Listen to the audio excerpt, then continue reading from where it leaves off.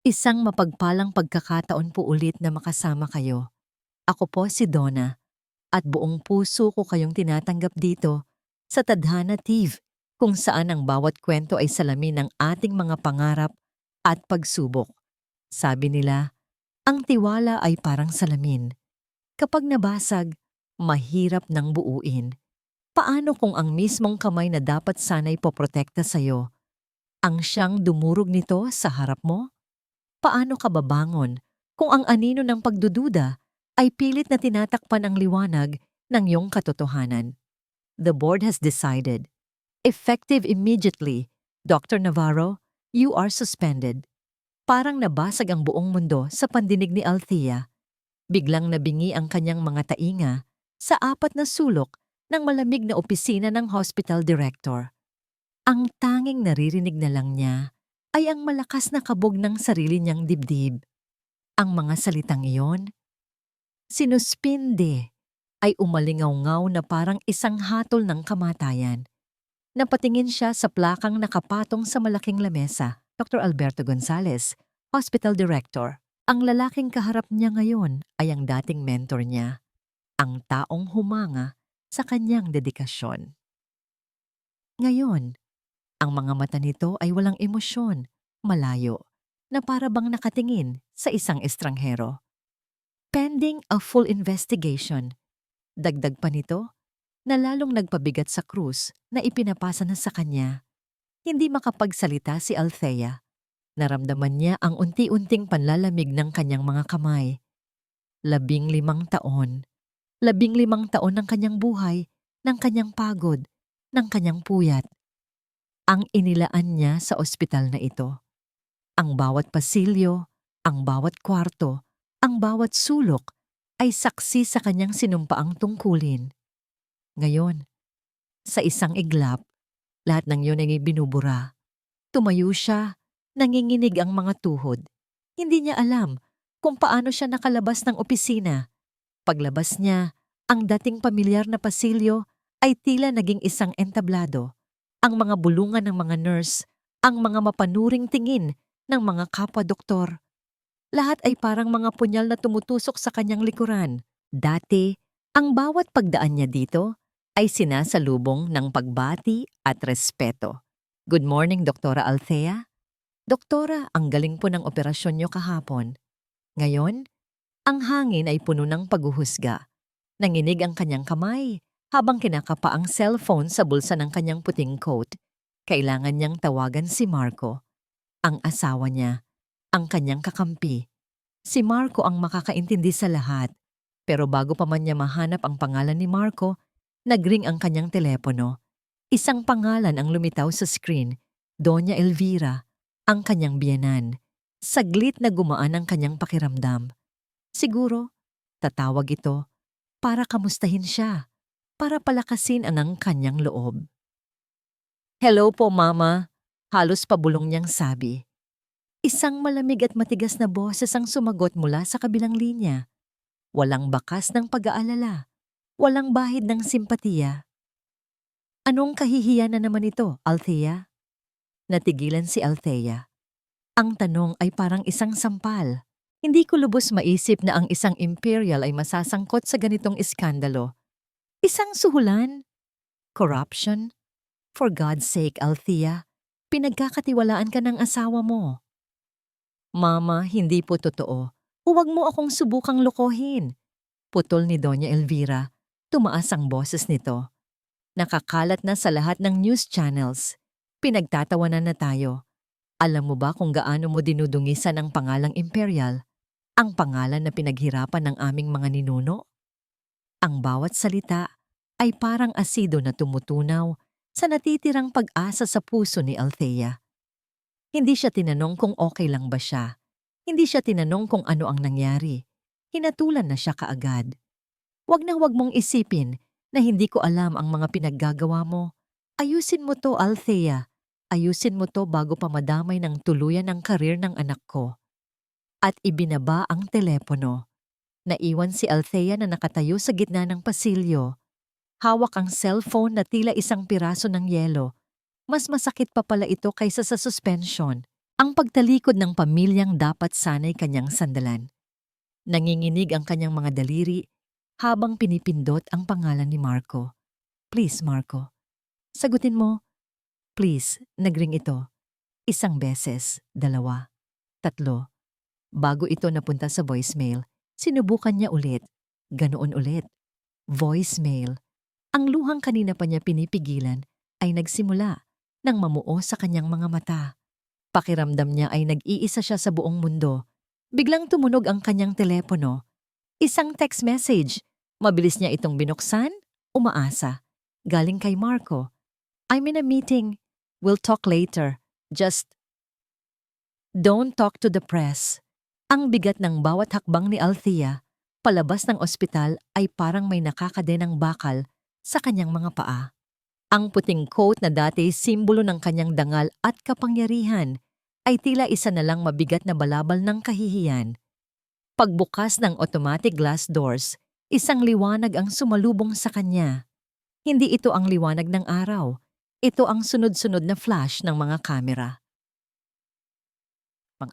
Doktora! Doktora Althea!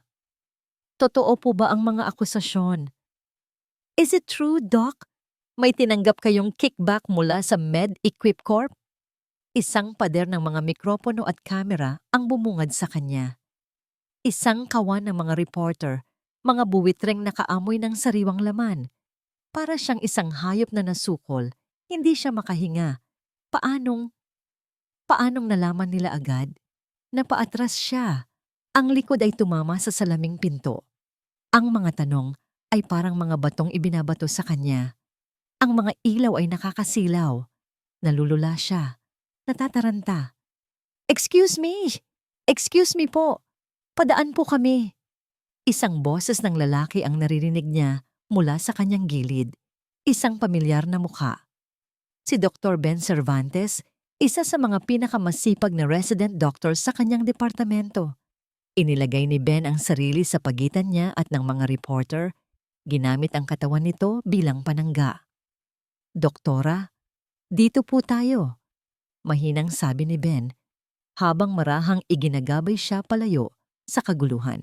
Nagpatuloy ang sigawan at pag-flash ng mga kamera habang tinatahak nila ang daan patungo sa parking lot. Pinagbuksan siya ni Ben ng pinto ng kanyang sasakyan. Agad siyang pumasok. Ang puso niya'y dumadagundong sa kaba. Nang maisara ang pinto, tila isang malaking alon ng ingay ang biglang huminto. Sa loob ng sasakyan, ang tanging naririnig na lang niya ay ang sarili niyang hininga. Kumatok si Ben sa bintana. Dahan-dahan niya itong ibinaba. Iniabot nito sa kanya ang isang bote ng tubig. Doktora, okay lang po ba kayo? Tanong ni Ben. Baka sa mukha nito ang tunay na pag-aalala. Tumingin si Althea sa mga mata ng batang doktor. Walang paghuhusga, walang panunumbat, tanging respeto. Tumangulang siya, hindi makapagsalita. Marami po kaming naniniwala sa inyo, doktora. Sabi pa ni Ben, halos pabulong. Huwag po kayong mag-alala. Pagkatapos ay tumalikod na ito at mabilis na bumalik sa loob ng ospital. Naiwan si Althea, hawak ang bote ng tubig na parang isang life vest sa gitna ng karagatan. Sa gitna ng lahat, may isang taong naniwala. Samantala, sa loob ng doctor's lounge, mainit ang usapan.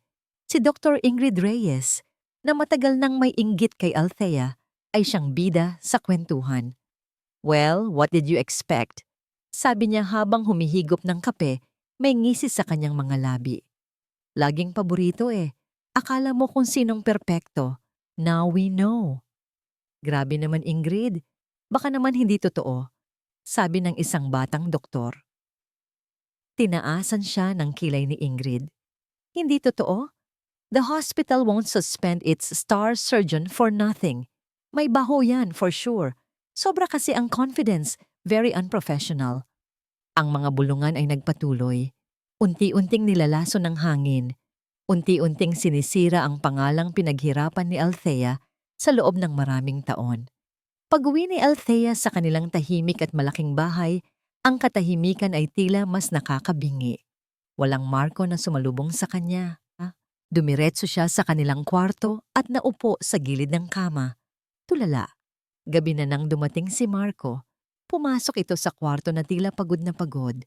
Lumapit ito sa kanya at niyakap siya mula sa likod. "How are you holding up?"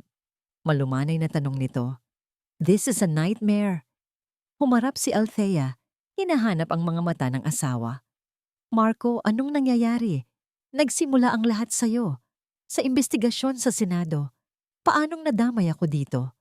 Napabuntong hininga si Marco. Umiwas ng tingin. Hinawakan nito ang kanyang mga kamay. "It's politics, Thea. It's messy. They're trying to get to me and they're using you.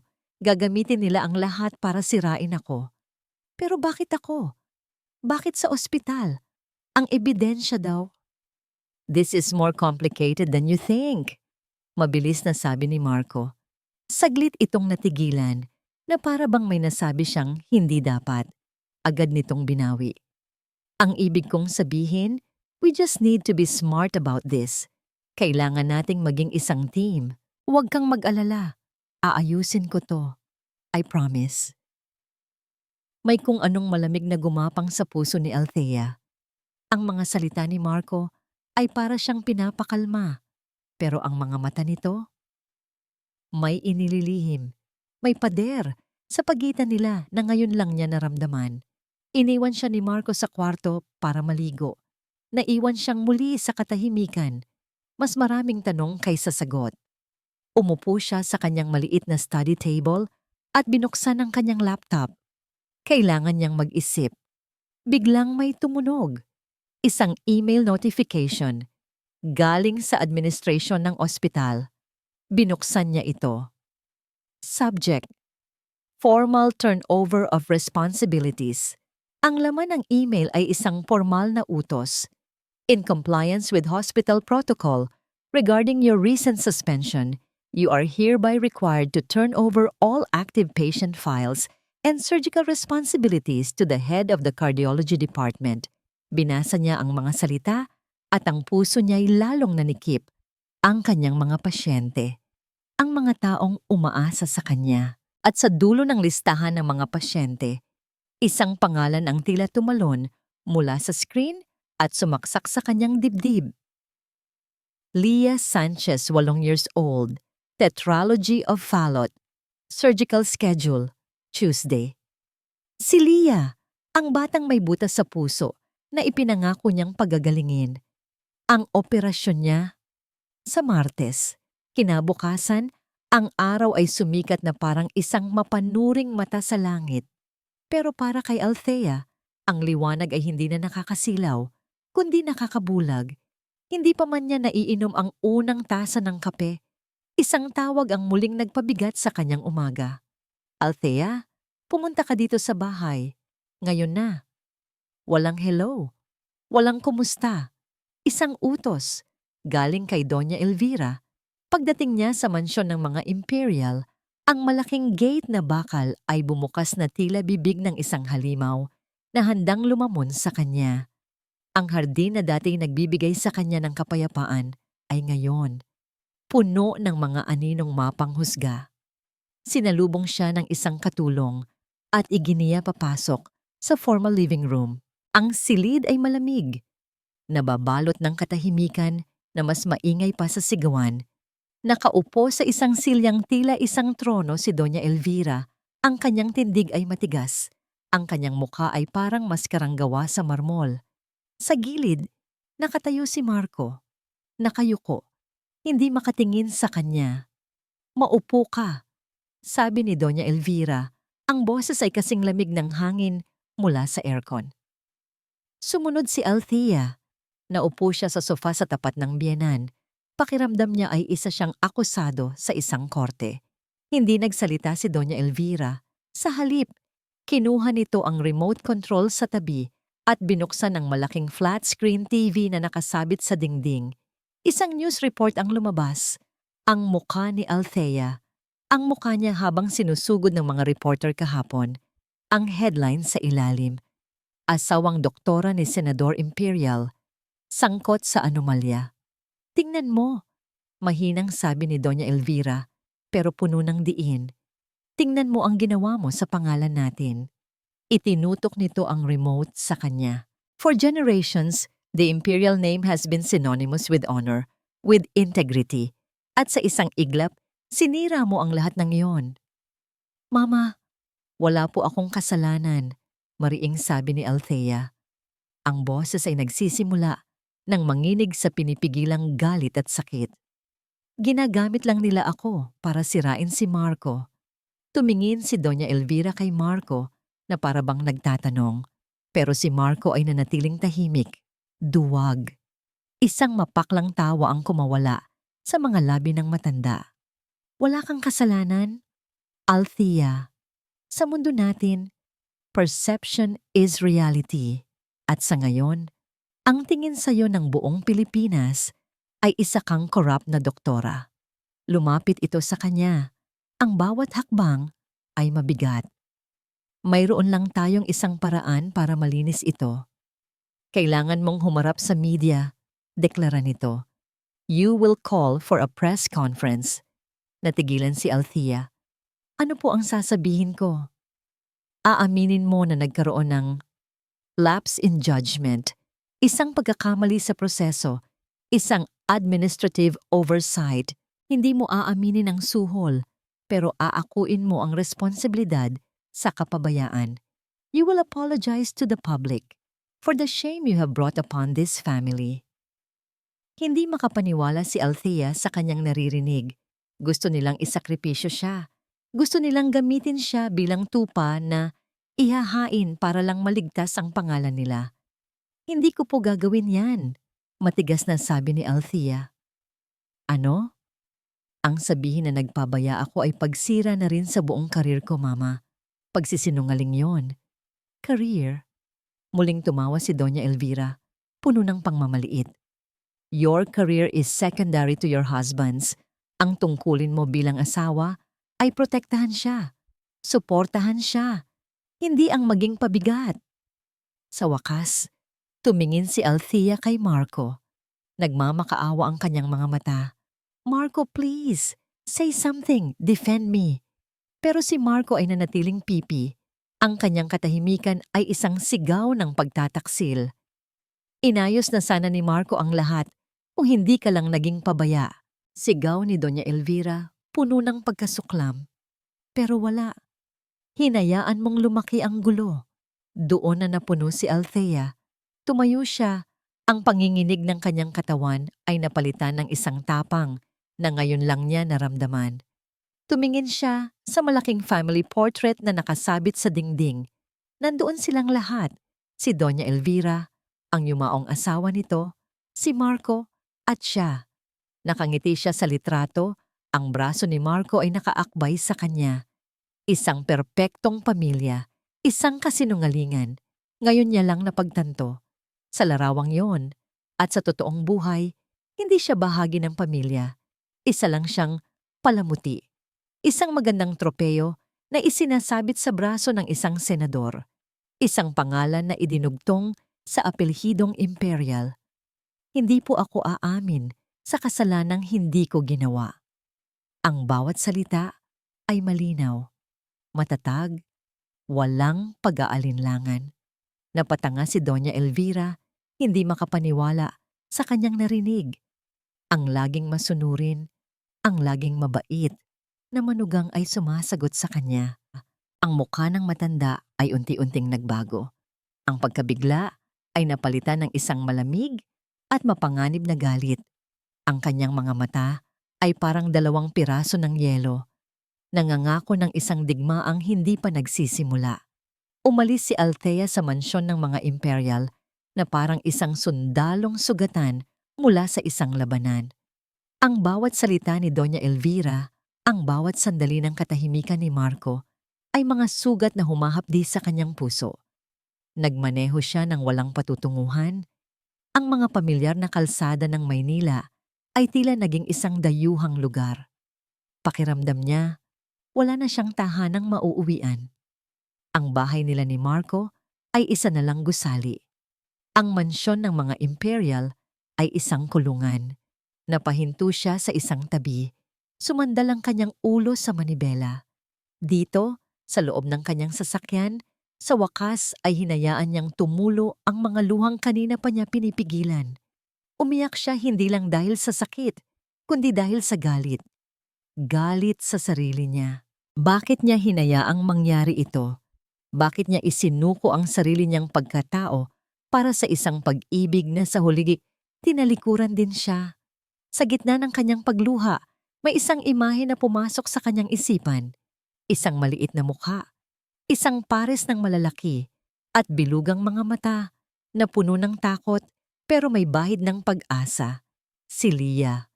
Agad niyang pinunasan ang kanyang mga luha. Itinuwid niya ang kanyang pagkakaupo. May isang bagay pa siyang kailangang gawin. May isang laban pa na mas mahalaga kaysa sa kanyang sariling pangalan. Pinaandar niya ang sasakyan at nagmaneho patungo sa isang direksyong matagal na niyang hindi napupuntahan. Isang masikip at mataong komunidad sa Tondo. Dito nakatira ang pamilya ni Leah Sanchez. Ang sasakyan niyang mamahalin ay tila isang sasakyang pangkalawakan na lumapag sa ibang planeta. Ang mga eskinita ay makikitid, ang mga bahay ay dikit-dikit. Pero ang mga tao, ang mga ngiti, ang tawanan ng mga batang naglalaro sa kalsada, may buhay dito. Isang buhay na simple at totoo. Nang mahanap niya ang maliit na bahay ng mga Sanchez, isang babae ang sumilip sa bintana. Si Aling Nelia, ang ina ni Leah. Agad itong lumabas. Ang mukha ay puno ng pag-aalala at pagtataka. Doktora Althea, kayo po pala. Tuloy po kayo. Pumasok si Althea sa kanilang munting sala. Malinis at maayos ang lahat. Sa isang sulok, nakahiga sa isang banig si Leah. Payat at medyo maputla pero ngumiti ito nang makita siya. Doktora, mahinang bati ng bata. Kumusta ka, Leah? Sabi ni Althea. Umupo siya sa sahig sa tabi ng bata at hinawakan ng maliit nitong kamay. Okay lang po, sagot ni Leah. Medyo pumasakit ang dibdib ko. Tumingin si Aling Nelia kay Althea. Ang mga mata ay puno ng agam-agam. Doktora, pasensya na po. Napanood po namin sa balita. Ang nangyari. Tumango si Althea. Opo, Aling Nelia. Kaya po ako nandito. Gusto ko lang pong ipaalam sa inyo na huminto siya. Hindi alam kung paano sasabihin. Doktora, putol ni Mang Cardo, ang ama ni Leah. Nakalalabas lang mula sa kusina. Wala po kaming pakialam sa sinasabi ng TV. Ang alam lang po namin. Kayo ang doktorang nagbigay ng pag-asa sa amin. Kayo lang po ang nagsabi na may lunas pa ang sakit ng anak namin. Napatingin si Althea sa mag-asawa. Sa kabila ng lahat, ang tiwala nila ay buo. Hindi nagbago. Sana po, doktora, sabi ni Aling Nelia. Nagsimula ng mamasa ang kanyang mga mata. Sana po huwag niyo kaming iiwan. Kayo na lang po ang pag-asa ni Leah. Ang mga salitang yon ay tumago sa puso ni Althea. Ang bigat na kanyang nararamdaman ay biglang napalitan ng isang malinaw na layunin. Hindi ito tungkol sa mga imperial. Hindi ito tungkol sa politika. Ito ay tungkol sa batang ito na nasa harapan niya. Ito ang dahilan kung bakit siya naging doktor. Hindi ko kayo iiwan, matatag na sabi ni Althea habang pinipisil ang kamay ni Leah. Gagawa po ako ng paraan. Pangako, ako ang oopera sa'yo. Nakahinga ng maluwag ang mag-asawa, ang pasasalamat ay mababasa sa kanilang mga mukha. Bago umalis si Althea, kumuha si Aling Nelia ng isang bagay mula sa kanilang maliit na lamesa. Isang nilagang itlog na nakabalot pa sa tissue. Maingat niya itong inilagay sa palad ni Althea. Mainit pa ito. Pasensya na po, doktora. Ito lang po ang kaya naming ibigay. Nahihiyang sabi ni Aling Nelia. Hinawakan ni Althea ang itlog na parang isang hiyas. Ang simpleng alay na iyon ay mas mahalaga pa kaysa sa lahat ng kayamanan ng mga imperial. Ito ay simbolo ng tiwala, ng utang na loob, ng purong kabutihan. Pagbalik niya sa sasakyan, may bago ng determinasyon sa kanyang mga mata. Lalaban siya, hindi para sa pangalan niya, kundi para kay Leah. Biglang nagring ang kanyang telepono, isang unknown number. Nag-alinlangan siyang sagutin, pero sinagot pa rin niya. Hello, doktora? Isang pamilyar na boses. Si Ben. Ben, paano mo nakuha ang number ko? Hiningi ko po sa records, doktora. Pasensya na po. May kailangan lang po akong sabihin. Mabilis na sabi ni Ben. Ang boses ay tila nagmamadali. May mga files po dito sa hospital, yung mga procurement papers para sa mga bagong heart lung machine. May mga kakaiba po sa papeles, pero hindi ko po makuha. Nakalock po. Anong kakaiba? Tanong ni Althea. Biglang tumibok ng malakas ang kanyang puso. Hindi ko po sigurado, doktora. Pero kailangan niyo pong makita. Habang pilit na inaalala ni Althea ang mga dokumento, isang imahe ang biglang pumasok sa kanyang isipan.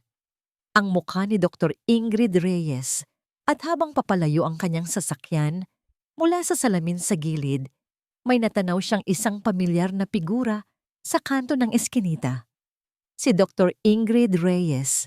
May kausap itong isang lalaking hindi niya kilala at may iniabot si Ingrid dito. Isang puting sobre. Ang imahe ni Ingrid Reyes at ng sobre ay hindi maalis sa isip ni Althea habang nagmamaneho siya pauwi. Ano ang ginagawa ni Ingrid sa lugar ni Leah? Sino ang lalaking iyon? Ang bawat tanong ay nagdaragdag sa kumunoy ng misteryong kanyang kinasasadlakan. Pagdating sa bahay, ang katahimikan ay sumalubong sa kanya na parang isang malamig na kumot. Wala si Marco. Mas mabuti na rin. Kailangan niyang mag-isip. Umupo siya sa kanyang study table at tinawagan si Ben. Ben, anong itsura ng mga procurement papers na sinasabi mo? Tanong niya. Walang paligoy-ligoy.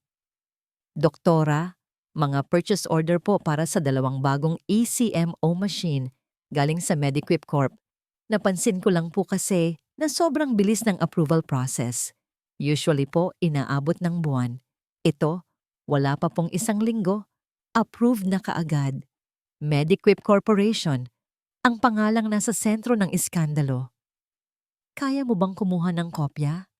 Kahit picture lang, Ben, please. Susubukan ko po, doktora.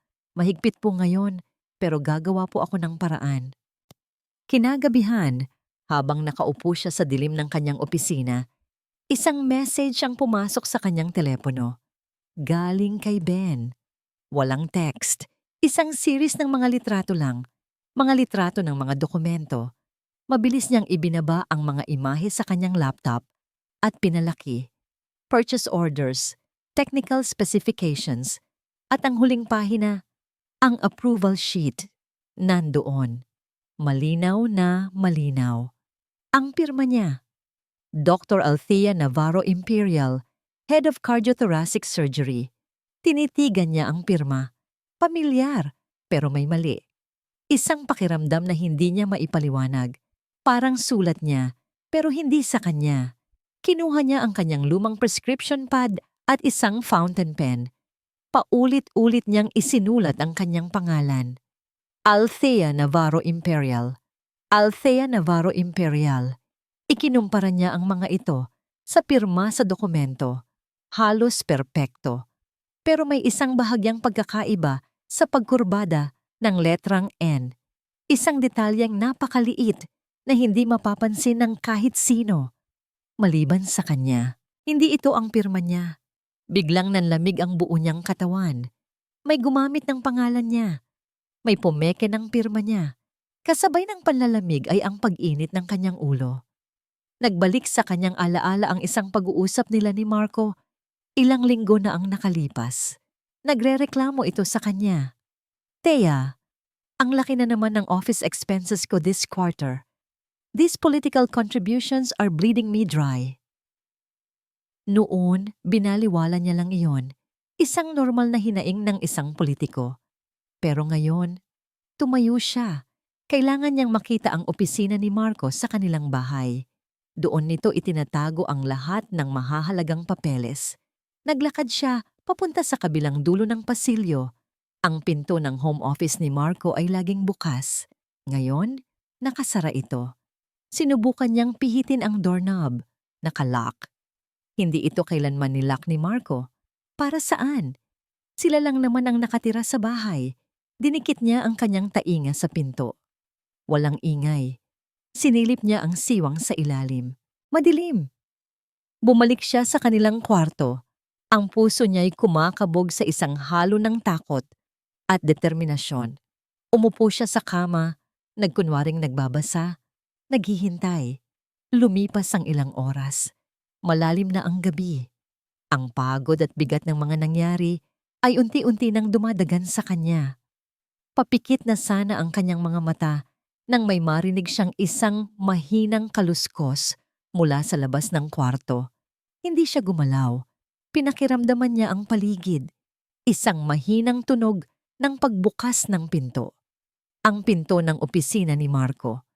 Dahan-dahan siyang bumangon, walang ingay na parang isang pusa.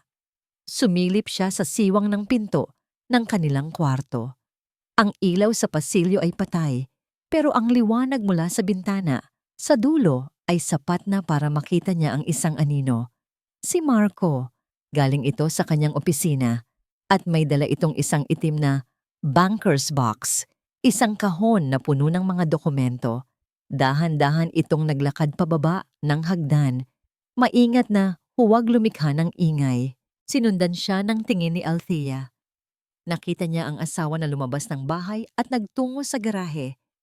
Pagkalipas ng ilang sandali, narinig niya ang mahinang tunog ng pagbukas at pagsara ng trunk ng sasakyan nito. Pagkatapos, bumalik si Marco sa loob, umakyat na parang walang nangyari, at pumasok sa kanilang kwarto. Nakapikit na si Althea, nagkukunwaring mahimbing na natutulog. Naramdaman niya ang paglubog ng kabilang bahagi ng kama, ang paghila ni Marco sa kumot, at ang halik nito sa kanyang noo. Isang halik na ngayon ay parang lason sa kanyang balat. Kinaumagahan, gumising si Althea na parang hindi natulog. Ang bigat sa kanyang dibdib ay mas matindi pa kaysa dati. Ang imahe ni Marco na may dalang kahon sa gitna ng gabi ay paulit-ulit na naglalaro sa kanyang isipan. Nadatnan niya itong nagkakape sa dining area, nagbabasa ng dyaryo na para bang isang normal na umaga lang. Ang front page, ang mukha na naman niya, mas malaki kaysa sa pangalan ng dyaryo. Naupo siya sa tapat nito, walang gana. "Good morning," bati ni Marco. Hindi inaalis ang tingin sa binabasa. Hindi sumagot si Althea. Hinintay niyang ibaba nito ang dyaryo. Nang sa wakas ay magtama ang kanilang mga mata, nagsalita siya. "Saan ka galing kagabi, Marco?" Tanongin niya. Sinikap na panatilihing kalmado ang kanyang boses. Kumunot ang noo ni Marco. "Anong ibig mong sabihin? Dito lang ako. Magkatabi tayong natulog." "Hindi," mariing sabi ni Althea. "Nakita kita. Lumabas ka ng bahay, may dala kang kahon." Biglang nagbago ang anyo ni Marco. Ang pagkukunwaring pagod at simpatiya ay napalitan ng inis. Ibinaba nito ang tasa ng kape nang may kaunting puwersa. "Althea, ano ba yan? Are you spying on me now? Ganyan ka na ba ka-paranoid?" "Hindi ako paranoid, Marco. Nakita kita." Giit ni Althea, tumataas na ang kanyang boses. "Ano ang laman ng kahon na yon? Bakit mo itinago?" Tumayo si Marco at naglakad paikot sa lamesa. Lumuhod ito sa harap niya at hinawakan ang kanyang mga kamay. Ang galit sa mukha nito ay biglang nawala. Napalitan ng isang malungkot na ekspresyon. "Sweetheart, listen to me," malumanay na sabi nito. Ang boses ay puno ng pagsuyo na dati nagpapakalma sa kanya, pero ngayon ay parang isang warning signal. "Naiintindihan ko, you're under a lot of pressure. Stressed ka, natatakot, pero kailangan mong magtiwala sa akin." "Paano ako magtitiwala kung may tinatago ka?" "Wala akong tinatago," sabi ni Marco, hinigpitan ng hawak sa kanyang mga kamay. Inaayos ko lang ang mga gusot. That box, may mga lumang papeles lang yon, mga campaign documents. Ayokong madamay pa yon sa gulo. I was protecting us. I was cleaning up the mess that you made. The mess that you made. Ang mga salitang yon ay tumama sa kanya na parang isang sampal. Siya? Siya ang gumawa ng gulo? Ako? Halos pabulong niyang tanong. Thea, let's be practical, sabi ni Marco. Ang boses ay naging seryoso. Hindi mo naman siguro gustong makita ang lahat ng personal na gamit natin sa front page, di ba? I am trying to fix this. Ginagawa ko ang lahat para protektahan ka, para protektahan ang pamilya natin, tapos pagbibintangan mo ako? Ang paraan ng pagsasalita niya, ang lungkot sa kanyang mga mata, ang bigat sa kanyang boses. Napakakumbinsi. Sa isang sandali, nag-alinlangan si Althea. Baka nga tama siya. Baka paranoid lang siya. Baka ang stress ay nilalamon na ang kanyang pag-iisip.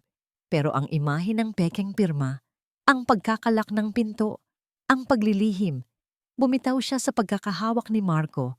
Tumayo siya. Kailangan kong umalis. Saan ka pupunta? Tanong ni Marco. Tumayo na rin ito. Maglalakad-lakad lang. Kailangan kong mag-isip. Niyakap siya ni Marco mula sa likod. Isinandal nito ang baba sa kanyang balikat. We're a team, remember? Bulong nito. We will get through this. Together. Pero habang nakayakap ito sa kanya, nakita ni Althea ang refleksyon nila sa salamin ng bintana. Ang mukha ni Marco, na nakatago sa likod niya, ay walang emosyon. Malamig, malayo. Ang yakap na dapat sana'y magbibigay ng kapanatagan ay nagdulot lang ng matinding kilabot. Pag-alis niya ng bahay, hindi niya alam kung saan pupunta. Nagpark siya sa isang tahimik na lugar at tinawagan si Ben. Ben, may balita na ba? Doktora, sagot ni Ben. Ang boses ay halatang nag-aalala. Masama po ang balita. Tinanong ko po ang IT department tungkol sa CCTV footage sa hallway ng record section. Sabi po nila, nagkaroon daw ng glitch ang system nung araw na pinirmahan ng mga dokumento. Corrupted daw po ang files. Walang makita. Corrupted. Isang salitang napaka-convenient. Salamat, Ben. Mag-iingat ka. Sabi ni Althea bago ibaba ang telepono. Lalo siyang nalunod sa kawalan ng pag-asa. Ang bawat daan ay tila sarado. Ang bawat pinto ay nakakandado. Bumalik siya sa kanilang bahay ng dapit hapon, pagod at talunan. Habang naglalakad siya papasok sa gate, may napansin siyang isang puting sobre na nakaipit sa ilalim nito.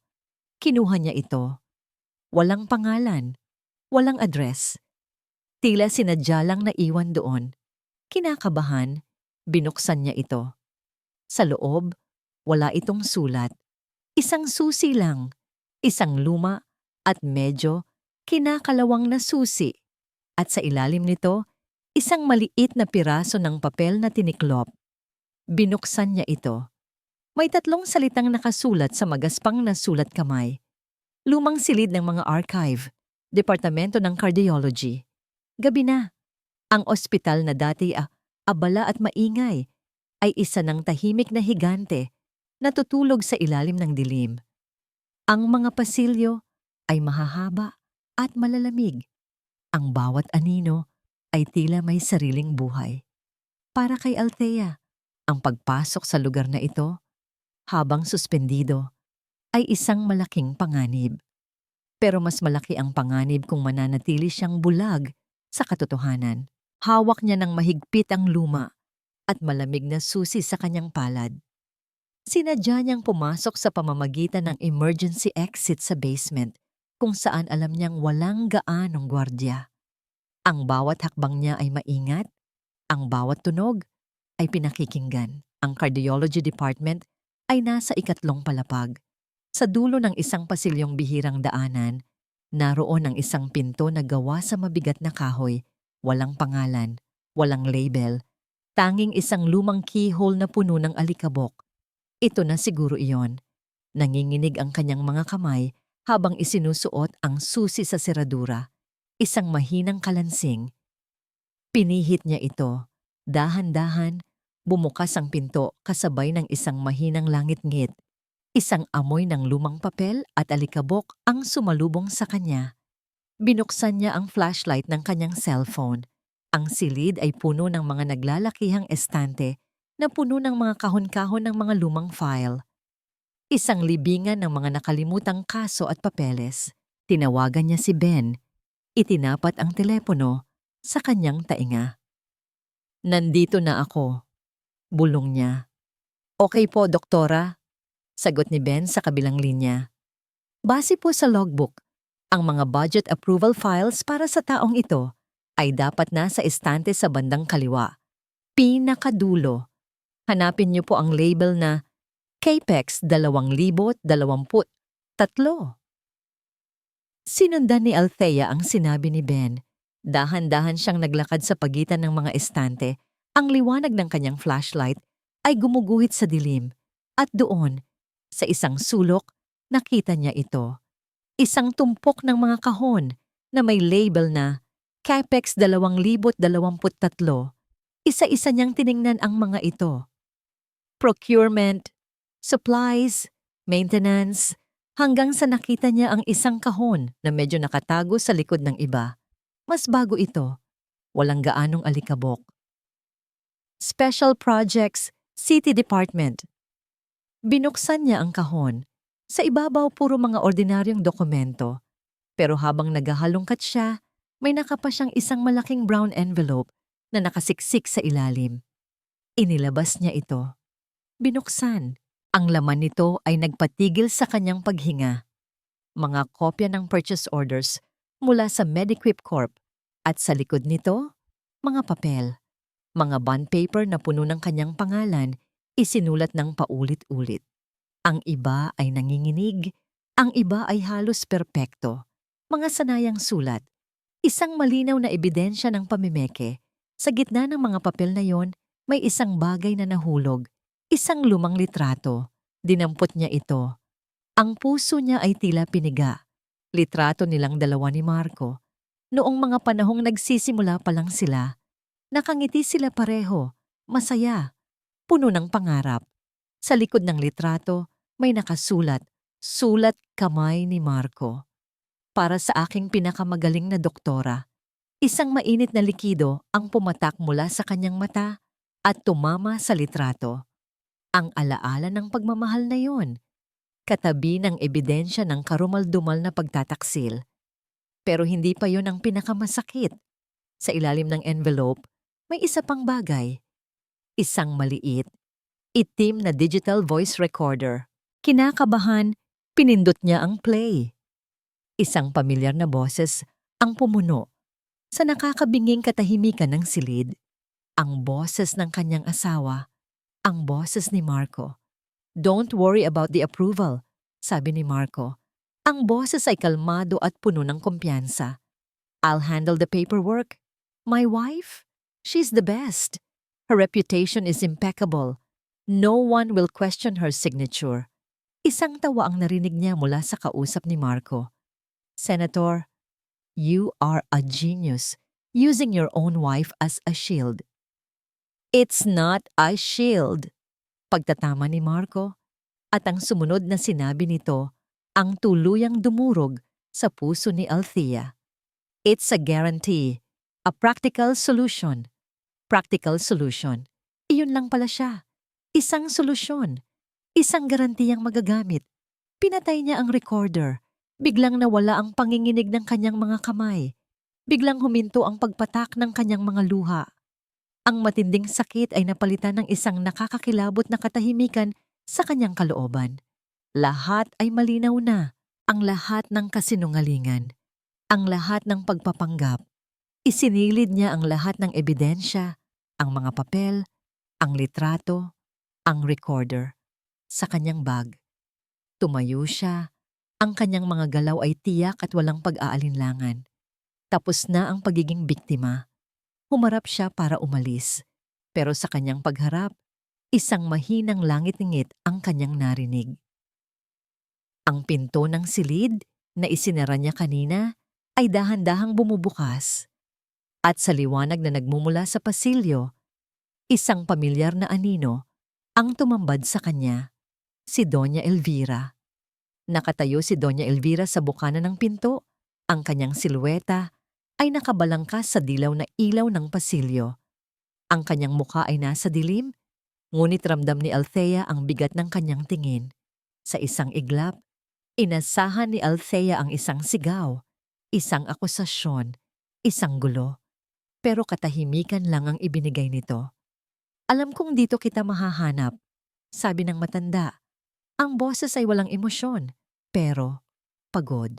Pumasok ito sa loob ng silid at isinara ang pinto sa likuran niya. Muling ibinalik ang dilim sa paligid. Ang tanging liwanag na lang ay ang nagmumula sa flashlight ng cellphone ni Althea, na ngayon ay nanginginig na nakatutok sa sahig. Bakit po kayo nandito? Tanong ni Althea. Ang boses niya ay halos isang bulong. Hindi sumagot si Doña Elvira. Sa halip, lumapit ito sa kanya. Tumingin ito sa bag ni Althea na bahagyang nakabukas, sapat para makita ang gilid ng mga dokumento. Ako ang nagpadala ng susi. Natigilan si Althea. Napatingala siya, sinalubong ang mga mata ng kanyang biyenan. Sa liwanag ng flashlight, nakita niya ang mukha nito ng malinaw sa unang pagkakataon. Wala ang dating tigas, wala ang dating pagmamataas. Ang naroon ay isang malalim na kapaguran, ang mukha ng isang inang nasasaktan. Bakit? Iyon lang ang salitang lumabas sa bibig ni Althea. Nagbuntong hininga si Doña Elvira. Dahil hindi ako tanga, Althea, kilala ko ang anak ko, kilala ko ang ambisyon niya, at kilala ko ang mga senyales kapag siya ay nagsisinungaling. Naglakad ito papunta sa isang lumang silya sa sulok at naupo. Nung araw na sinagot mo ako sa mansyon, may nagbago. Nakita ko sa mga mata mo na hindi ka natatakot. Nakita ko na may alam ka. Kaya sinimulan kong magtanong-tanong. Ginamit ko ang aking mga koneksyon at ang lahat ng sinabi nila ay tumuturo sa iisang direksyon. Kay Marco. Hindi makapagsalita si Althea. Ang babaeng itinuring niyang kaaway ay ang siya palang lihim na nagbukas ng daan para sa kanya. Kinuha ni Althea ang voice recorder mula sa kanyang bag. Hindi niya alam kung bakit, pero naramdaman niyang kailangan itong marinig ng matanda. Pinindot niya ang play. Ang boses ni Marco ay muling pumuno sa silid. Ang bawat salita tungkol sa pagiging practical solution ay parang mga dagang kumakain sa katahimikan. Habang tumutugtog ang recording, nakatingin lang si Althea kay Doña Elvira. Nakita niya ang bawat pagbabago sa mukha nito, ang bahagyang pagkunot ng noo, ang mariing pagkagat sa labi, ang dahan-dahang pagpikit ng mga mata na para bang sinusubukang pigilan ng isang bagay na gustong kumawala. Nang matapos ang recording, katahimikan ang muling namayani. Isang katahimikang mas mabigat, mas masakit. Pinalaki ko siya para maging marangal. Halos pabulong na, sabi ni Doña Elvira. Ang boses ay sa wakas na basag. Ang mga salita ay hindi para kay Althea, kundi para sa sarili niya. Ibinigay ko ang lahat para maging mabuting tao siya. Saan ako nagkamali? Sa sandaling iyon, hindi na isang matapobreng matriarch ang nakikita ni Althea. Ang nakikita niya ay isang ina. Isang ina na nabigo sa kanyang anak. At sa unang pagkakataon, nakaramdam siya ng awa para dito. Sila ay dalawang babae, sugatan dahil sa iisang lalaki. Sila ay dalawang ina, si Althea, isang ina sa puso para sa kanyang pasyenteng si Leah, at si Doña Elvira, isang ina sa dugo para kay Marco. Parehong lumalaban para sa isang batang nasa bingit ng panganib. Mayroon akong plano, sabi ni Doña Elvira. Muling tumigas ang kanyang boses, pero may halong determinasyon na ngayon. Isang paraan para lumabas ang katotohanan, pero kailangan kitang pagkatiwalaan, Althea. At kakailanganin nito ng isang malaking sakripisyo. Bago pa man makasagot si Althea, biglang nag-vibrate ang kanyang cellphone. Isang tawag. Tiningnan niya ang screen. Aling Nelia. Mabilis niya itong sinagot. Isang masamang kutob ang gumapang sa kanyang dibdib. "Hello, Aling Nelia." Isang humihikbing boses ang kanyang narinig sa kabilang linya, puno ng takot at pagkasindak. "Doktora, si Lia po. Inatake na naman siya. Nahihirapan po siyang huminga. Kailangan na siyang operahan ngayon. Dalhin niyo na siya sa ospital. Papunta na ako." Iyon ang huling sinabi ni Althea bago patakbong lumabas ng silid ng mga lihim. Wala nang panahon para sa mga plano. Wala nang panahon para sa takot. Ang tanging mahalaga ngayon ay ang bawat segundo, ang bawat tibok ng puso ni Lia. "Anong nangyayari?" tanong ni Doña Elvira, sumusunod sa kanya. "Ang pasyente ko, si Lia. Kailangan niya ako." Sigaw ni Althea habang tinatahak nila ang madilim na pasilyo. Pagdating nila sa main lobby ng ospital, ang katahimikan ay biglang nabasag. Naroon na ang pamilya ni Lia. Umiiyak si Aling Nelia habang tinutulak ng mga nurse ang stretcher kung saan nakahiga ang kanyang anak. Ang maliit na katawan ni Lia ay nangingitim. Ang paghinga ay hirap at mababaw. "Doktora!" sigaw ni Aling Nelia nang makita siya. Lumapit si Althea sa stretcher. "Get her to the ICU. Stat, prepare for intubation. I need her latest vitals and blood gas results now." Ang bawat utos niya ay mabilis at tiyak.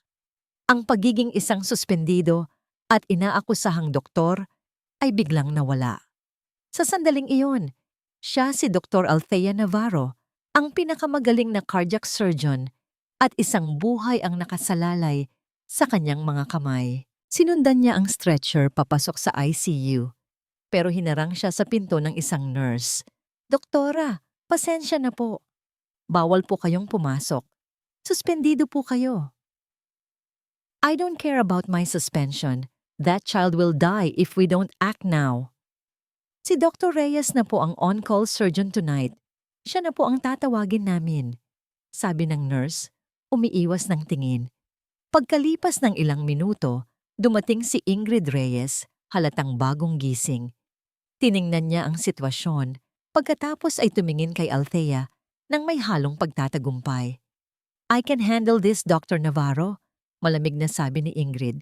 "You are not needed here." Pumasok si Ingrid sa loob ng ICU.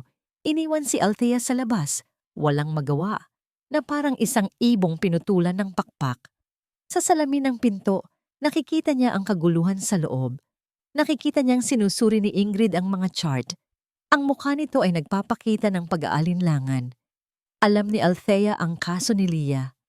Isa ito sa pinakakomplikado. Kahit ang isang bihasang siruhano ay mahihirapan. At si Ingrid, sa kabila ng kanyang yabang, ay hindi kasing galing niya. Hindi niya kaya. Bulong ni Althea sa sarili. Mamamatay si Lia. Doon, gumawa siya ng isang desisyon. Kinuha niya ang kanyang cellphone at tinawagan si Ben Cervantes. "Ben, nasaan ka?" "Nasa ER po, doktora. Narinig ko po ang code blue." "Pumunta ka sa ICU. Ngayon na. Huwag mong ipahalata. Nakausap mo ako. Makinig ka lang. I-guide kita. Bawat hakbang. Ikaw ang magiging mata at kamay ko sa loob." "Pero doktora, baka..." "Just do it, Ben, for Lia." Pumasok si Ben sa ICU. Ang cellphone ay nasa bulsa ng kanyang coat. Ang earphones ay halos hindi nakikita. Tumayo siya sa isang tabi. Nagkukunwaring nag-aaral ng mga monitor. "Okay, Ben, what do you see? Give me the numbers." Mahinang sabi ni Althea mula sa labas. Ang kanyang mga mata ay nakatutok sa bawat galaw sa loob. "Heart rate 180. O2 set dropping to 75. BP is crashing, doktora." "Damn it. She's going into cardiogenic shock. Tell them to increase the dopamine drip and prepare a defibrillator." Sa loob, si Ben ay lumapit kay Ingrid. "Dr. Reyes, doktora, baka po kailangan nating taasan ang dopamine." Tiningnan siya ni Ingrid ng masama. "Are you telling me how to do my job, Dr. Cervantes?" "Suggestion lang po." Pero sinunod ni Ingrid ang sinabi ni Ben. Naging isang high-stakes na puppet show ang sumunod na mga sandali. Si Althea sa labas, ang mastermind. Si Ben sa loob, ang kanyang instrumento. Check the potassium levels. She might be hyperkalemic. Anong sabi ng X-ray? Is there fluid in the lungs? Bawat utos ni Althea ay isinasali ni Ben sa anyo ng mga mungkahi kay Ingrid. At habang si Ingrid ay abala sa pagsunod, si Doña Elvira naman ay tahimik na gumagawa ng sarili niyang mga hakbang. Kinuha nito ang kanyang telepono at nagsimulang tumawag. Hello, I need to speak to Chairman De Leon of the Board of Directors.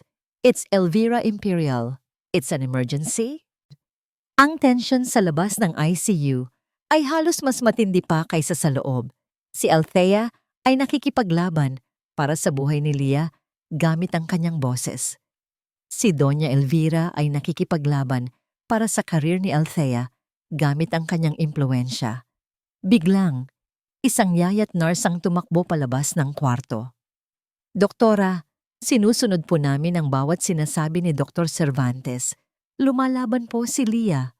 Napangiti si Althea ng bahagya, pero ang nangiting iyon ay agad na nawala. Isang malaking figura ang papalapit sa pasilyo. Ang kanyang mga hakbang ay mabibigat at may otoridad.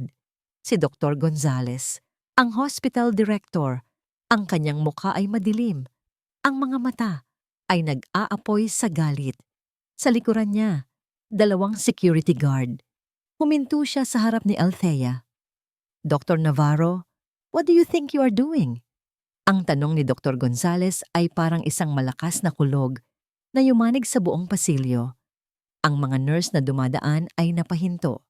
Ang mga bantay sa kabilang kwarto ay napasilip. Lahat ng mata ay nakatuon kay Althea. Director Gonzales, the child is dying. Mariing sagot ni Althea, hindi natitinag sa galit na tingin ng kanyang dating mentor. I am doing what any doctor in my position would do. Your position, ulit ni Dr. Gonzales, ang bawat salita ay puno ng pagdidiin, is that of a suspended physician. You are violating every protocol. Guards, escort her out of the premises. Hahawakan na sana ng 2 gwardiya ang braso ni Althea nang isang matigas na boses ang pumigil sa kanila. Huwag niyo siyang gagalawin. Lumingon ang lahat. Si Doña Elvira, na kanina'y tahimik lang sa isang tabi, ay humakbang pasulong. Ang kanyang presensya ay tila isang reyna na pumapasok sa kanyang korte. Ang pagod sa kanyang mukha ay nawala, napalitan ng awtoridad at kapangyarihan. At sino ka para utusan ang mga guwardiya ko sa sarili kong ospital? Mayabang na tanong ni Dr. Gonzales.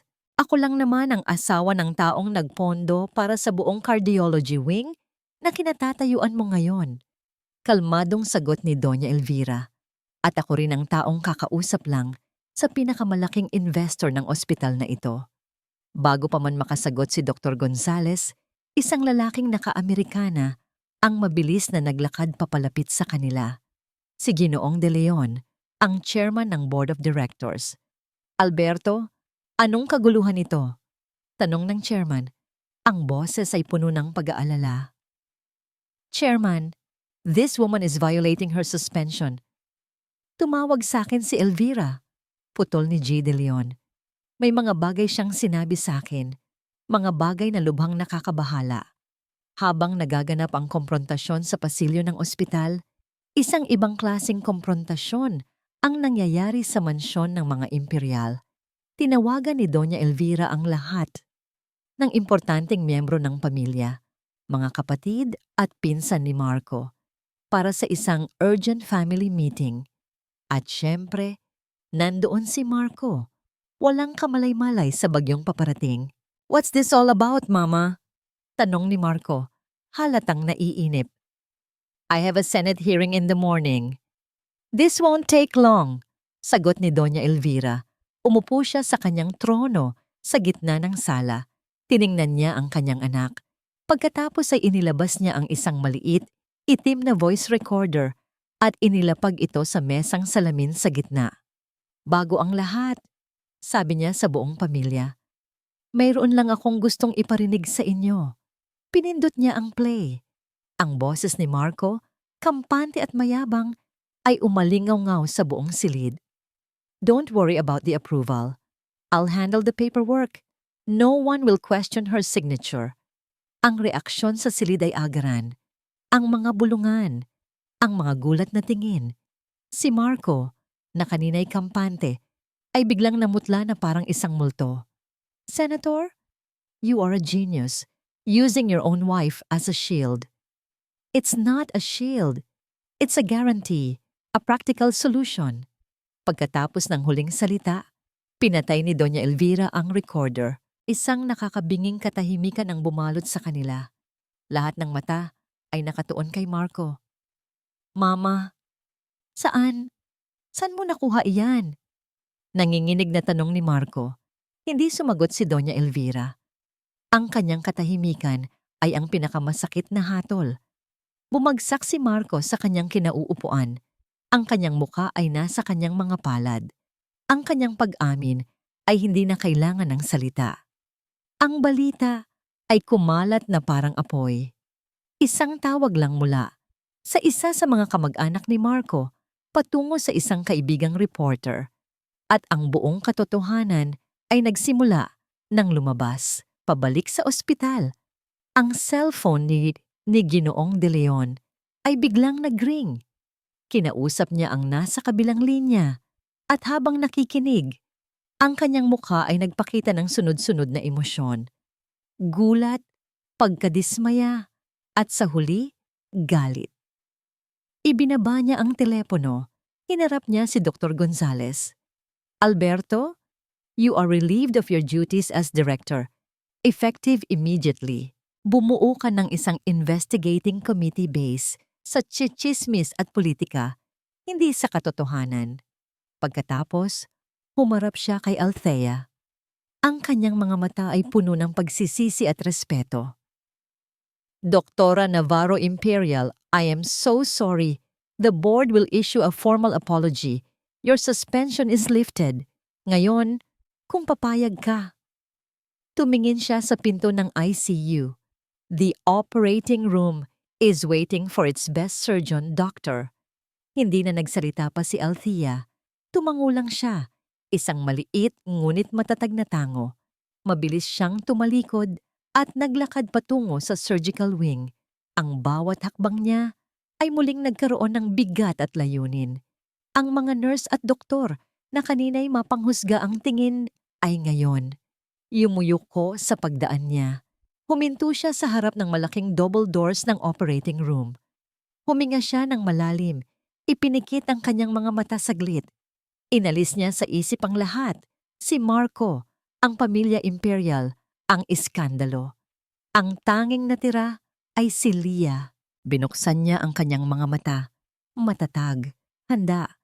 Binuksan ng isang nurse ang pinto para sa kanya. Pumasok siya sa loob. Sa loob ng operating room, ang mundo ni Althea ay lumiit. Ang lahat ng ingay sa labas, ang iskandalo, ang pagtataksil, ang kahihiyan ay naglaho. Ang tanging naririnig na lang niya ay ang ritmikong tunog ng heart monitor, ang mahinang shop ng ventilator, at ang sarili niyang kalmadong paghinga. Ang silid ay malamig at maliwanag. Ang bawat isa ay kumikilos nang may tiyak na layunin. Si Ben Cervantes, na kanina'y kanyang espiya, ay nakatayo na ngayon sa kanyang tabi bilang first assistant. Ang mga mata ay puno ng paghanga at respeto. Maging si Dr. Ingrid Reyes, na napilitang mag-assist, ay tahimik na nakatayo sa kabilang panig. Ang kanyang kayabangan ay napalitan ng isang formal na profesionalismo. Scalpel. Ang unang salita ni Althea ay bumasag sa katahimikan. Ang kanyang kamay ay matatag. Ang kanyang mga galaw ay tiyak, parang isang sayaw na sa ulado na niya sa isip at sa kalamnan. Dito sa loob ng sagradong lugar na ito, siya ang reyna. Ang kanyang trono ay hindi gawa sa ginto, kundi sa bakal ng kanyang kaalaman at sa sutla ng kanyang kasanayan. Ang operasyon ay masilan. Ang puso ni Leah, na kasing liit lang ng kanyang kamao, ay isang komplikadong mapa ng mga depekto. Habang ginagawa niya ang bawat tahi, ang bawat pag-aayos sa maliliit na ugat at balbula, hindi lang isang organ ang kanyang hinuhulma. Binubuo niyang muli ang kanyang sariling pagkatao. Ang bawat tistis ay pag-alis sa mga kasinungalingan. Ang bawat tahi ay paghilom sa mga sugat ng pagtataksil. Ang bawat matagumpay na hakbang ay pagbawi sa dangal na pilit na inagaw sa kanya. Lumipas ang mga oras. Ang tensyon sa silid ay ramdam, ngunit kontrolado. May mga sandali ng krisis, isang biglaang pagbaba ng presyo ng dugo, isang irregular na tibok ng puso. Ngunit sa bawat pagkakataon, si Althea ay nanatiling kalmado. Ang kanyang isip ay parang isang supercomputer, mabilis na nag-aanalisa at nagbibigay ng solusyon. Suction, forceps, more light here. Sa wakas, pagkatapos ng halos 6 na oras, dumating ang pinakamahalagang sandali. Ang huling tahi ay nailagay na. Ang puso ni Leah, na kanina'y nangingitim at mahina, ay nasa harap niya ngayon. Naayos na, buo na. Okay, sabi ni Althea. Let's get her off bypass. Isang kolektibong paghinga ang pinakawalan sa silid. Ito ang pagsubok. Dahan-dahang inalis ang suporta ng heart-lung machine. Lahat ng mata ay nakatuon sa monitor. Isang mahinang tunog. Beep! Sinundan ng isa pa. Beep! At isa pa. Beep! Beep! Beep! Isang malakas, regular, at malusog na tibok ng puso. Nagkaroon ng mga ngitian sa likod ng mga surgical mask. Isang mahinang palakpakan ang nagsimula, pinangunahan ni Ben. Maging si Ingrid ay bahagyang tumango. Isang tahimik na pag-amin sa kahusayang nasaksihan niya. Trabaho lang po ito, sabi ni Althea. Pero sa loob-loob niya, isang mainit na pakiramdam ang dumaloy sa kanyang pagkatao. Ito ang tagumpay. Isang tagumpay na walang kinalaman sa pera o kapangyarihan. Ito ay tagumpay ng buhay. Paglabas niya ng operating room, pagod ngunit masaya. Ang pasilyo ay ibang-iba na. Sinalubong siya ng mga magulang ni Leah. Nang makita siya, lumuhod si Mang Cardo sa kanyang harapan.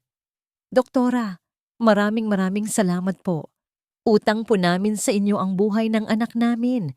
Humahagulgol na sabi ni Aling Nelia habang niyayakap siya ng mahigpit. Itinayo ni Althea si Mang Cardo. Huwag po kayong ganyan. Trabaho ko po ito. Malakas po ang anak ninyo.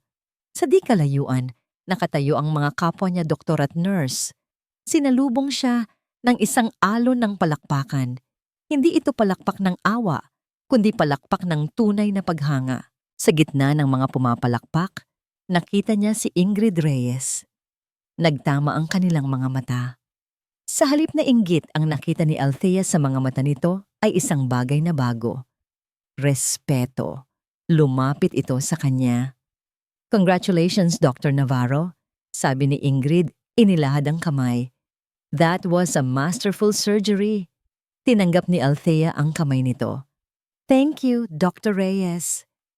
Isang kabanata ang nagsara. Isang digmaan ang natapos. Nang gabing iyon, umuwi si Althea sa bahay na dati niyang tinawag na tahanan. Ang bawat sulok ay puno ng alaala. Ngunit ang mga alaala ay hindi na masakit. Sila ay mga anino na lamang ng nakaraan. Pagpasok niya sa kanilang kwarto, nakita niya siya. Nakaupo sa dilim, sa gilid ng kama, si Marco, naghihintay. Tumingala ito, ang muka ay gusot, ang mga mata ay namumugto. Ang dating anyo ng isang makapangyarihang senador ay naglaho na. Ang kaharap niya ngayon ay isang talunang lalaki. Althea, sabi nito, ang boses ay basag. Please, let's talk. Ang katahimikan sa loob ng kwarto ay mabigat. Puno ng mga salitang hindi masabi at mga sugat na hindi na maghihilom. Tiningnan ni Althea si Marco, hindi bilang asawa, kundi bilang isang estranghero na minsan niyang minahal. What's there to talk about, Marco? Tanong niya. Ang boses ay kalmado, walang bakas ng galit. Ang katahimikang ito sa kanyang kalooban ang mas lalong nagpatakot kay Marco. Tumayo si Marco at lumapit sa kanya. Sinubukan nitong hawakan ang kanyang mga kamay, pero marahan itong iniwas ni Althea. "Thea, please." "I'm sorry," sabi nito. Ang mga luha ay nagsimula nang mamuo sa kanyang mga mata. "I know, what I did was unforgivable, pero nalito ako, natakot. The pressure of the campaign, the expectations. Nagkamali ako, Thea. Isang malaking pagkakamali." "Isang pagkakamali?" Ulit ni Althea. Isang mapait na ngiti ang sumilay sa kanyang mga labi. "Ang pagkakamali ay kapag naligaw ka ng daan, Marco, o kapag namali ka ng sagot sa exam. Ang ginawa mo ay isang desisyon, isang serye ng mga desisyon. Pinili mong magsinungaling, pinili mong mandaya, at pinili mong gamitin ako. Hindi ko sinadya na idamay ka." Giit ni Marco. "I was trying to protect you." "Protect me?" Mahinang tumawa si Althea. "You weren't protecting me. You were protecting yourself. You were protecting your name, your ambition, at handa kang isakripisyo ako para doon." Yumuko si Marco, wala nang maidepensa. Ang lahat ng husay niya sa pananalita sa Senado ay naglaho. Sa harap ni Althea, siya ay hubad sa lahat ng kanyang kasinungalingan. "Give me another chance, Thea." Pagmamakaawa nito. "Please, babaguhin ko ang lahat. Aayusin ko to. Just don't leave me."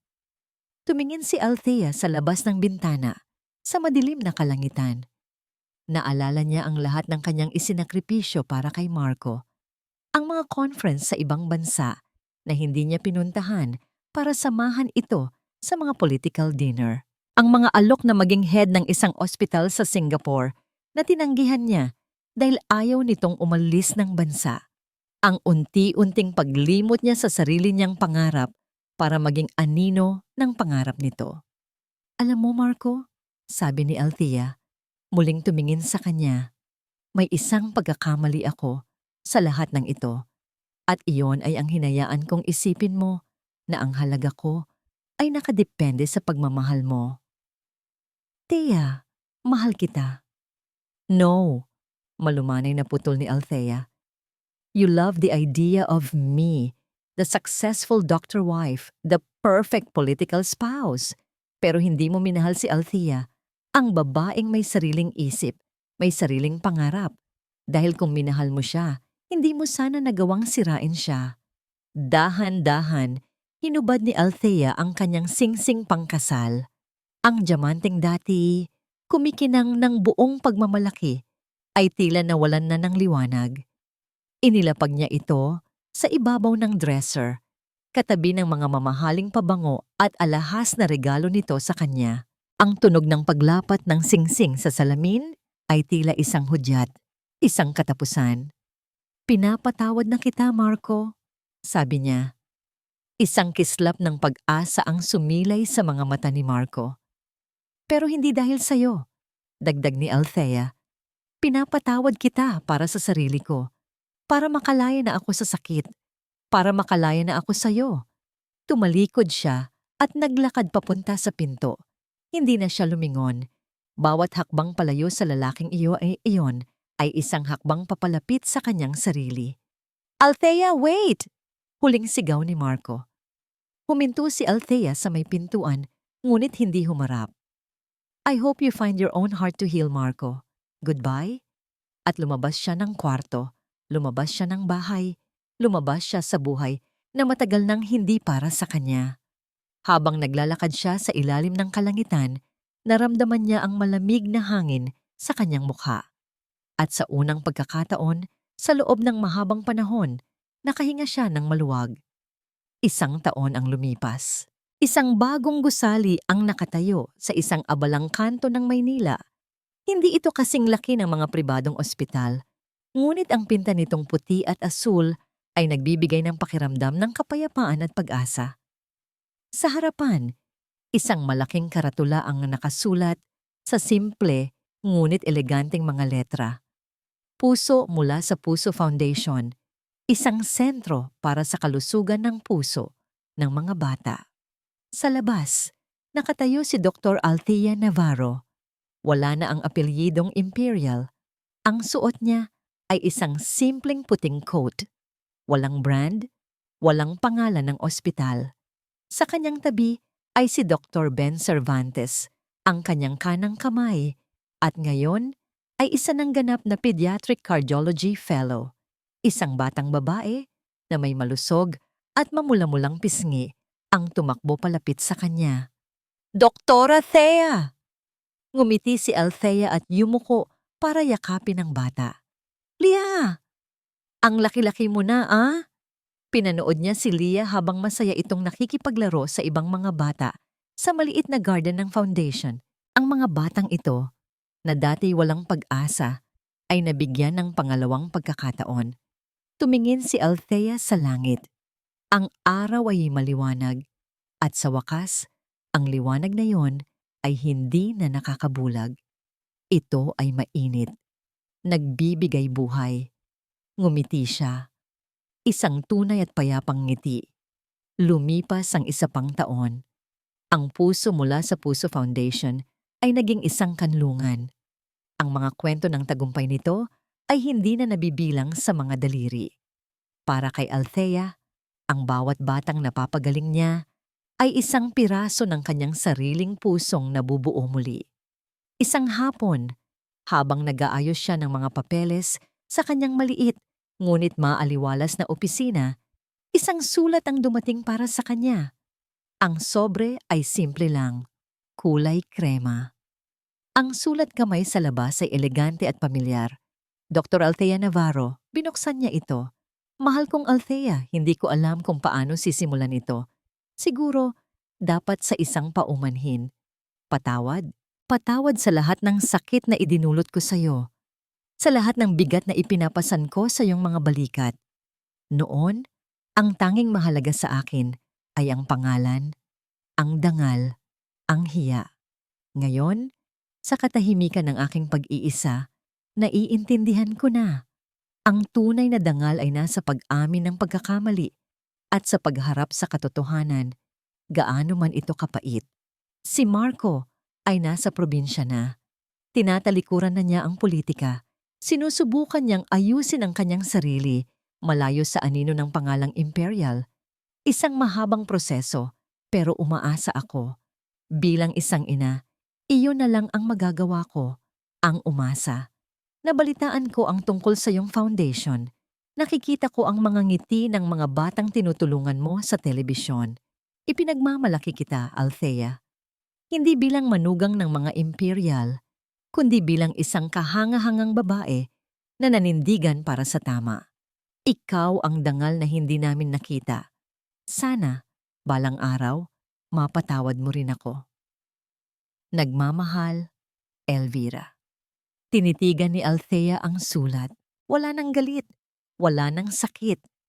Tanging isang pakiramdam ng pagsasara ng isang kabanata. Tiniklop niya ang sulat at itinago ito sa isang drawer kasama ng iba pang mahahalagang alaala. Tumayo siya at lumabas sa kanyang opisina. Sa waiting area, nakita niya si Ben na nakikipaglaro sa isang batang pasyente habang hinihintay ng ina nito. Ang dating batang resident doctor ay isa ng magaling na doktor na may puso para sa mga bata. Doktora, bati ni Ben. Tumayo ito. May bisita po pala kayo. Mula sa isang sulok, isang pamilyar na mukha ang lumitaw. Si Dr. Ingrid Reyes. Ingrid, gulat na sabi ni Althea. Althea, ngumiti si Ingrid. Narinig ko na kailangan nyo ng volunteer anesthesiologist para sa medical mission nyo sa Sabado. Kung okay lang sa'yo, I'd like to offer my services. Pro bono, of course. Nagkatinginan sila ni Althea. Sa mga mata ni Ingrid, wala na ang dating kompetisyon. Ang naroon ay isang alok ng pagkakaibigan, isang tulay na itinatayo mula sa mga guho ng kanilang nakaraan. Of course, nakangiting sagot ni Althea. We would be glad to have you. Nang hapong iyon, pagkatapos ng kanyang trabaho, naglakad si Althea sa isang parke malapit sa foundation. Umupo siya sa isang bench, pinapanood ang paglubog ng araw.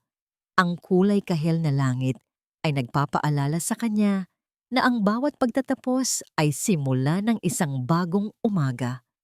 Tiningnan niya ang kanyang mga kamay. Ang mga kamay na ito, minsan nang nanginginig sa takot at kawalan ng pag-asa. Ngayon, ang mga ito ay instrumento ng pag-asa at paggaling. Tiningnan niya ang kanyang kaliwang kamay, ang daliring palasingsingan. May isang manipis at halos hindi na makitang peklat doon, isang bakas ng singsing na matagal nang wala. Dati, kapag nakikita niya ito, may kaunting kirot. Ngayon, hinaplos niya ito at sa unang pagkakataon, wala na siyang naramdaman kundi kapayapaan. Hindi yon isang peklat ng kawalan. Ito ay isang paalala. Isang paalala na ang isang pusong nasira kapag nabuo muli ay mas tumitibay, mas marunong magmahal, at mas malayang lumipad. Ngumiti si Althea sa papalubog na araw. Siya ay si Dr. Althea Navarro. Isang doktor, isang tagapagligtas, isang babaeng buo, at sa wakas, malaya.